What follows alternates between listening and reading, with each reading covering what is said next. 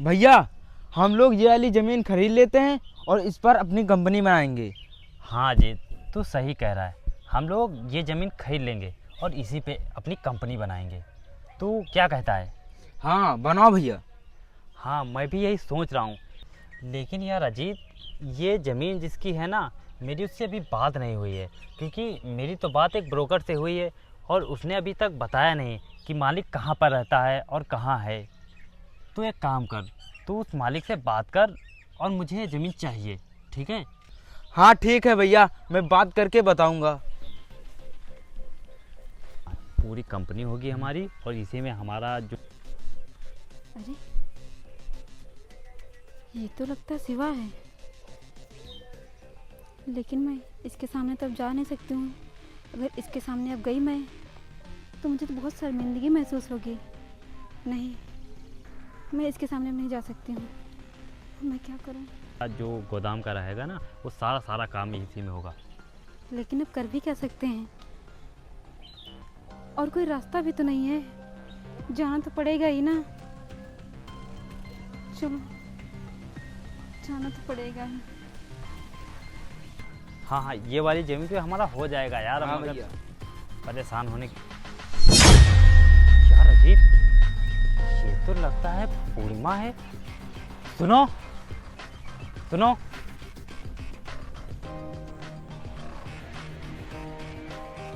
तुम पूर्णिमा हो ना? हाँ, मैं पूर्णिमा ही हूँ। पूर्णिमा तुम, लेकिन तुम्हारी हालत इतनी ज़्यादा ख़राब कैसे हो गई? तुम्हारे भाई ने तो तुम्हारी शादी किसी अच्छे इंसान से कराई थी। हाँ, शादी तो कराई थी, लेकिन मेरा पति बहुत ही ज़्यादा जुआड़ी और नशेड़ी था। एक नंबर का कमीना इंसान था। लेकिन पूर्णिमा, मैं जहाँ तक जानता हूँ, तुम्हारे भाई ने तो किसी अमीर लड़के से शादी कराई थी ना? और फिर वो इतना बदतमीज और ऐसे कैसे हो सकता है? हाँ, बड़े इंसान से कराई थी मेरी शादी, लेकिन भाई को थोड़ी ना पता था कि वो कैसा इंसान है। शादी के बाद पता चला कि वो तो बहुत ही ज़्यादा बदतमीज और नशेड़ी जुआड़ी इंसान निकला। यहाँ तक खाने के तक के पैसे नहीं उसके पास बचते हैं। सारे पैसे जुए में खेल डालता है, और जो पैसे बचते हैं उसे दारू पे डालता है। लेकिन पूर्णिमा, मैंने सुना था कि तुम्हारे भाई ने तुम्हारी शादी बहुत अच्छे घर में कराई थी और तुम बहुत खुश होगी। लेकिन अब जो तुम्हारी हालत को देखा, तब पता चला कि तुम्हारी हालत तो पहले से बहुत ज़्यादा ख़राब है। हालत ही नहीं, मेरी तो पूरी ज़िंदगी ख़राब हो गई उससे शादी कर कर। लेकिन अब क्या कर सकते हैं। और अब मैं उस घर में दोबारा नहीं जाना चाहती हूँ। अब मैं तुमको पूरी सच्चाई बता ही देती हूँ। मेरी जहाँ शादी हुई थी ना, उसने मुझे घर से धक्के मारकर भगा दिया है। घर से निकाल दिया? लेकिन क्यों? अब मैं तुमको क्या बताऊँ। अब मैं तुमको सारी कहानी सुनाई देती हूँ अपनी, जो जो मेरे साथ हुआ है।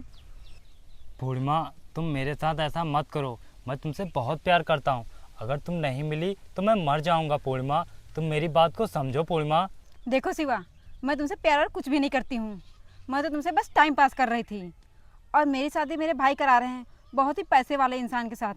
तो मैं तुम जैसे गरीब के साथ मैं क्यों रहूँगी। मुझे तुम्हारे साथ नहीं रहना है, और शादी तो मैं कभी कर भी नहीं सकती। शादी के बाद मैं तुमसे कभी सोच भी नहीं सकती हूँ। और तुम्हारे पास है ही क्या? ना तुम मुझे वो ऐसो आराम दे पाओगे, ना ही तुम मेरी ख्वाहिशें पूरी कर पाओगे।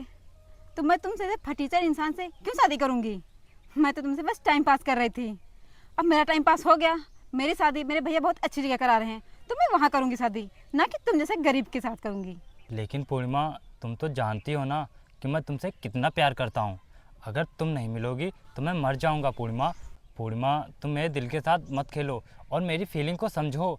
मैं तुमको हर खुशी दूंगा, लेकिन बस मुझे थोड़ा सा टाइम चाहिए। बस तुम मुझे 1 साल का टाइम दे दो, मैं तुम्हारी सारी ख्वाहिशें पूरी कर दूंगा। तुम्हें मरना है तो मरो जाके, मुझे कोई फ़र्क नहीं पड़ता है। और हाँ, मुझसे मिलने की कोशिश भी मत करना।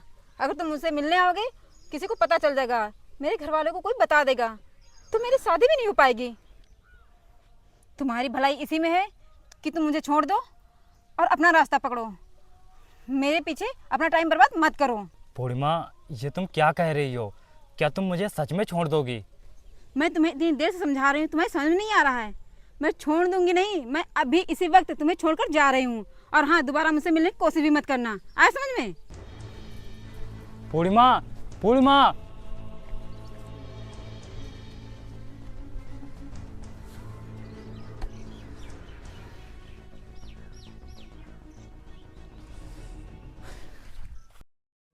तो मुझे मत निकालो। चल निकल मेरे घर से, चल निकल। कहाँ जाऊंगी?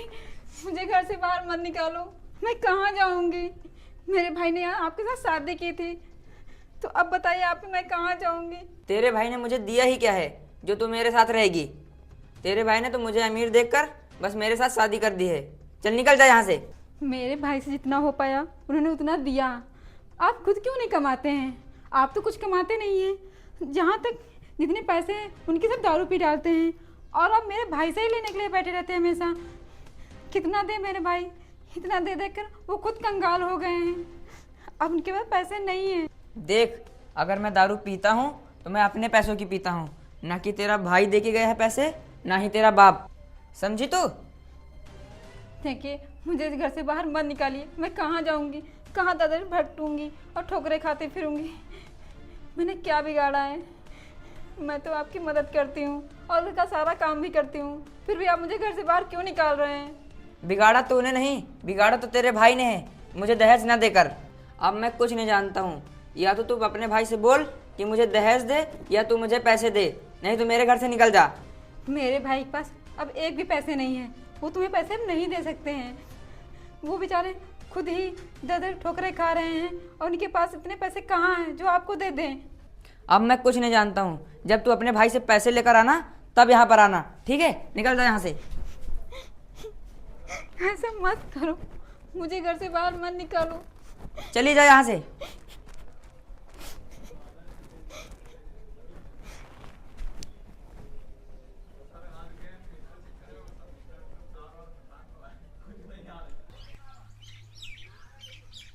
लेकिन मैंने तो सुना था कि तुम्हारे भाई ने तुम्हारी शादी अच्छे घर से कराई थी, और वो लड़का भी अच्छा था, तो फिर वो नशेड़ी कैसे निकल गया?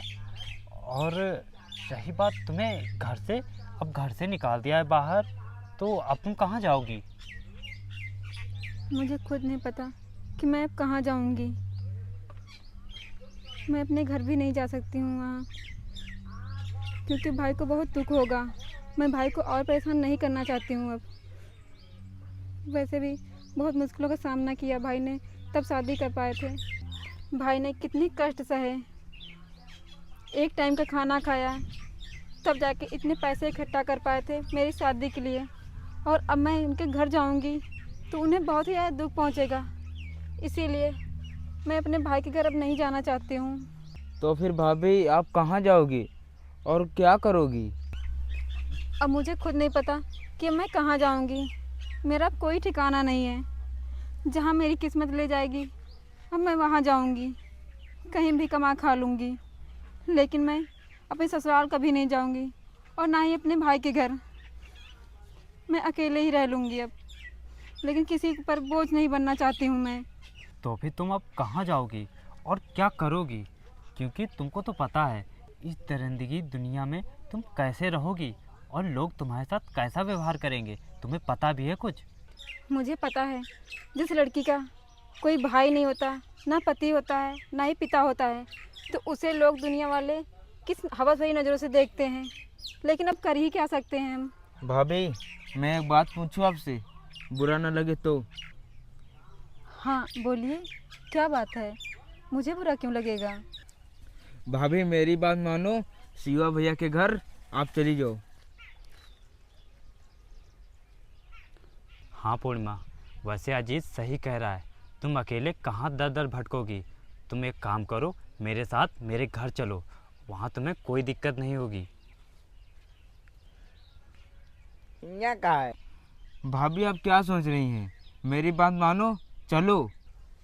नहीं, मैं तुम लोगों के घर नहीं जा सकती हूँ, क्योंकि मैं वैसे भी बहुत ज़्यादा परेशान हूँ, और तुम्हारे साथ चलकर तुम लोगों की परेशानी और नहीं बढ़ाना चाहती हूँ मैं। इसमें परेशानी बढ़ाने वाली कौन सी बात है? अरे पूर्णिमा, तुम ये सब क्या बातें कर रही हो? तुम मेरी बात मानो, तुम मेरे साथ मेरे घर चलो, क्योंकि यहाँ तुम्हें अकेले रहना बिल्कुल भी ठीक नहीं है। मैं अब तुम्हारे साथ कैसे चल सकती हूँ? मैंने तुम्हें उस वक्त छोड़ दिया था जब तुम्हें मेरी सबसे ज़्यादा ज़रूरत थी, और तुम आज फिर मुझे अपने घर ले जाने की बात कर रहे हो। मैंने तुम्हें धोखा दिया है, तो मैं अब तुम्हारे साथ कैसे चल सकती हूँ? पूर्णिमा, माना कि तुमने मुझे धोखा दिया था, लेकिन धोखा देने की वजह भी थी, क्योंकि उस समय मैं बहुत ज़्यादा गरीब था और मेरी हालत भी बहुत ज़्यादा ख़राब थी, इसीलिए तुमने मुझे छोड़ दिया था। लेकिन पूर्णिमा, अब मैं तुम्हें अपनाना चाहता हूँ, क्योंकि इस समय मेरी हालत बहुत सुधर गई है और मैं तुम्हें अब दुनिया की हर खुशी ला के दे सकता हूँ। इसीलिए मैं तुमसे बोल रहा हूँ कि तुम मेरे साथ मेरे घर चलो।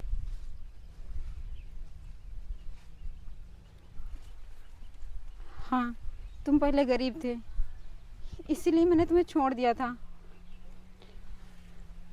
लेकिन मुझे नहीं पता था कि मेरे साथ इतना गलत होगा। अरे पूर्णिमा, तुम ये कैसी बातें कर रही हो? तुम्हारे साथ कुछ भी गलत नहीं हुआ है, अब सब सही हो जाएगा। तुम मेरे साथ पहले मेरे घर चलो, क्योंकि तुम बहुत थक गई हो। शिवा, मुझे माफ़ कर दो। मुझे पता है ये गलती मेरी माफ़ी के लायक नहीं है, क्योंकि मैंने तुम्हारे साथ बहुत ही ज़्यादा गलत किया, जो कि मुझे नहीं करना चाहिए था। इतना सब करने के बाद भी तुम मुझे फिर से अपनाना चाहते हो। प्लीज़ हो सके तो मुझे माफ़ कर देना, मुझसे बहुत बड़ी गलती हो गई है। अरे भाभी, माफ़ी मांगने वाली कोई बात नहीं है। शिवा भैया का बहुत बड़ा दिल है, वो सबको माफ़ कर देंगे। हाँ पूर्णिमा, चलो अब हम लोग घर चलते हैं। अच्छा ठीक है, चलो। चलो अब घर चलते हैं। ठीक है। चलो।